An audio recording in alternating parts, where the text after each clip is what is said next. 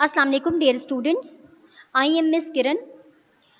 हम लोग अपने लास्ट लेक्चर के पॉइंट 5 को ही आगे लेकर चलेंगे। हम लोग डिस्कस करे थे alkenes with even number of carbon atoms have higher melting point than odd number of carbon atoms, कि वो अल्केन जिनका जो कार्बन एटम है वो इवन नंबर रखता है, जैसे कि इथेन C2H5, उसका मेल्टिंग पॉइंट जो है वो odd number of carbon atom जैसे कि मीथेन C1H4 से ज़्यादा होगा। क्यों ज़्यादा होगा वो रीज़न हम उनके स्ट्रक्चर की बिहाफ पर डिस्कस करेंगे।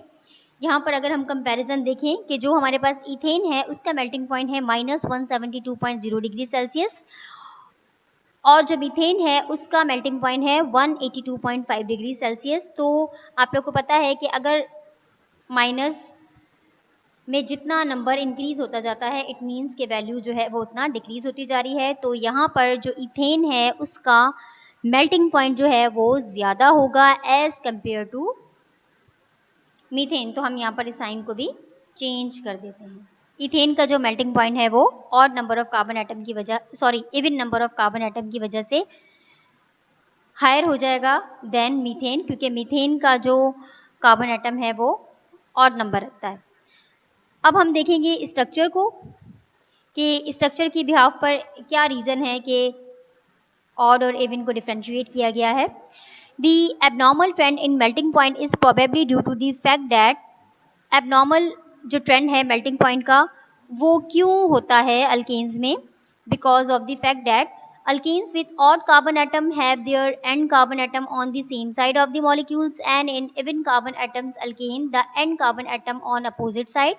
Thus alkanes with even carbon atoms are packed closely in crystal lattice to permit greater intermolecular attraction। कि यहाँ पर जो हमारे पास ऑड अल्केन है with odd number of carbon atom, उनका जो लास्ट कार्बन एटम है, जो एंड कार्बन एटम है, वो on the same side of the molecules है। लेकिन जो हमारे पास even number of carbon atom वाला अल्केन है उसका जो एंड कार्बन एटम है वो अपोजिट साइड पे है ऑफ द मॉलिक्यूल्स। तो अपोजिट साइड पे कार्बन एटम के आ जाने की वजह से इनकी ज्योमेट्री में चेंजिंग आती है और ये क्रिस्टल लैटिस स्ट्रक्चर बनाते हैं। और आपको पता है कि जब कोई क्रिस्टल लैटिस होता है तो उसके जो यूनिट होते हैं, स्मॉल यूनिट्स, वो टाइटली और क्लोजली पैक्ड होते हैं, जिस क्लोजली पैक्ड होने की वजह से उनकी जो इंटरमॉलिक्यूलर फोर्सेस ऑफ अट्रैक्शन है वो भी क्या होती हैं, ग्रेटर हो जाती हैं। तो even number of carbon atom वाला जो अल्केन्स है वो क्रिस्टल लैटिस होने की वजह से, क्लोजली पैक्ड होने की वजह से, या आप लोग बोलें having great intermolecular forces of attraction की वजह से जो odd number of carbon atom है उनसे even number of carbon atom वाले अल्केन का जो मेल्टिंग पॉइंट है वो इंक्रीज हो जाता है। तो ये हमारे पास रीज़न था। इसके बाद हमारे पास जो नेक्स्ट पॉइंट है वो है density. You know that density mass per unit volume, आप लोग फिजिक्स में भी स्टडी करते हैं। The density of alkanes increases with increase in molecular weight. जैसे जैसे अल्केन्स का मॉलिक्यूलर वेट इंक्रीज होता जाएगा उनका मास पर यूनिट वॉल्यूम भी इंक्रीज होता जाएगा, तो उनकी डेंसिटी भी क्या है वो इंक्रीज होती जाएगी। Means there is direct relationship between the density and molecular weight of a substances and becomes constant and 0.76 gram per millilitre. ऐसा पॉइंट है जिस पर आकर जो है वो डेंसिटी कांस्टेंट हो जाएगी। All alkanes are lighter than water. आप लोगों को पता है कि जो वाटर है वो पोलर कंपाउंड है, पोलर सब्सटेंस है, हाइड्रोजन बॉन्डिंग है वाटर में, और strong intermolecular forces of attraction की वजह से, या स्ट्रॉन्ग केटाइन और एनाइन के आ जाने की वजह से, या हाइड्रोजन बॉन्डिंग के आ जाने की वजह से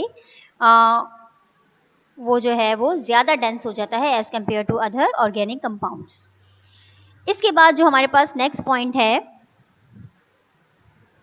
solubility of alkenes. Alkenes being non-polar because having no any poles, possess no any anion or cation, so they are called as non-polar in nature. Alkenes being non-polar and thus insoluble in water but soluble in non-polar solvent. जैसे कि आप लोग class 9 में study करते हैं like dissolve like principal के substances जो हैं वो अपने जैसे सब्सटेंसेस में ही सॉल्युबल होते हैं। जो पोलर है वो पोलर में सॉल्युबल होते हैं और जो नॉन पोलर है वो नॉन पोलर में सॉल्युबल होते हैं। वहाँ पर हमने ग्लूकोज और अल्कोहल का केस भी स्टडी किया था 9th क्लास में। अल्केन के पास कोई भी कैटाइन और एनाइन नहीं होता, कोई पोल नहीं होता, तो ये नॉन पोलर हो जाते हैं, इसीलिए ये वाटर में इनसॉल्युबल नहीं होते। जबकि ये ऑर्गेनिक सॉल्वेंट जैसे कि बेंजीन, कार्बन टेट्राक्लोराइड, ईथर जो खुद नॉन पोलर सॉल्वेंट्स हैं, इनमें ही अल्कीन्स जो हैं वो इनसॉल्युबल और सॉल्युबल होते हैं। इसके बाद जो हमारे पास नेक्स्ट पॉइंट है सॉल्युबिलिटी से रिलेटेड ही है। The solubility of alkenes decreases with increase in molecular weight. जैसे जैसे मॉलिक्यूलर वेट इंक्रीज होता जाएगा, फोर्सेस ऑफ अट्रैक्शन जो हैं वो भी इंक्रीज होती जाएंगी, साइज बड़ा होता चला जाएगा और जो आपके पास सब्सटेंसेज हैं, जो भी कंपोनेंट आपके पास होगा उससे सॉल्युबल होने के लिए टाइम भी ज़्यादा रिक्वायर्ड होगा। सो we can see that the solubility of alkene decreases with increase in molecular weight कि जो जितना ज़्यादा molecular weight रखेगा उसे soluble होने में उतना ही ज़्यादा टाइम लगेगा और उसकी solubility का रेट जो है वो उतना ही डिक्रीज होता चला जाएगा। मीन solubility की जो स्पीड है वो डिक्रीज होती चली जाएगी। तो ये हमारे पास थी physical properties of alkane. Next topic में हम लोग डिस्कस करेंगे structure of alkane. Thank you so much.